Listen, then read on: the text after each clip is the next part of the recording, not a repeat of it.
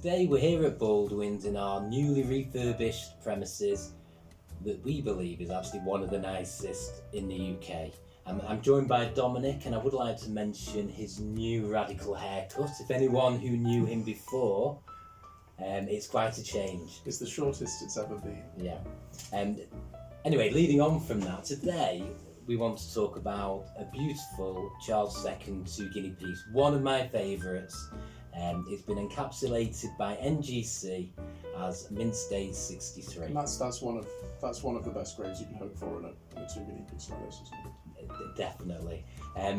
Looking back at recent auctions, in fact not so recent, in the last 20 years, I'm only aware of another graded 63, which I think from memory was a 1676 Charles II. So it's pretty special. Certainly one of the finest known, and if you can see from the pictures, the portrait is magnificent. It's fully struck up, the fields are proof-like, it's just pretty much like the day it was made. And you think that in your opinion, two-guinea pieces are undervalued compared to their larger five-guinea counterparts? Yeah, I've always thought this. 5 guinea pieces, they're large, imposing, and people with a lot of money naturally navigate towards them. The 2 guinea pieces, although only a little bit smaller, tend to get left behind, and as such, similar conditions 2 guineas and equal rarity tend to go for less money. Just for example, an MS63 Charles II 5 guinea piece would perhaps fetch £150,000 to £200,000 in today's market. This example we have for sale at only £42,500. I mean, you'd have thought it should be more like half the value at £75,000, 80,000, but it isn't. So it makes me feel there's a lot of potential with these coins in the future as they become more popular. And they're really important coins historically as well, because they were some of the earliest milled coins, that is, coins made with machinery, to be produced en masse. So they made the guinea, of course, which was introduced to a little bit later than the restoration of the monarchy.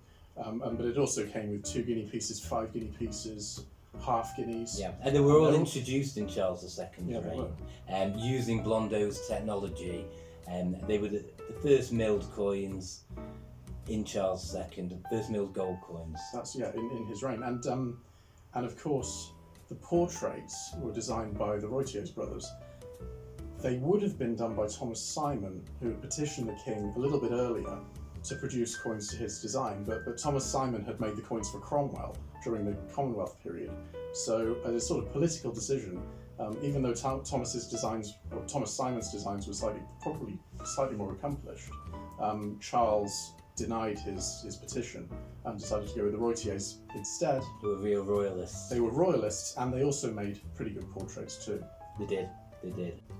And it's got a milled edge as well, hasn't it? It has, and they were milled purely to stop clipping. And clipping is when the public, and I say the public, but it was to stop the public nicking off little pieces of gold very subtly. But if you did it on a lot of gold coins, you could end up with a lot of gold.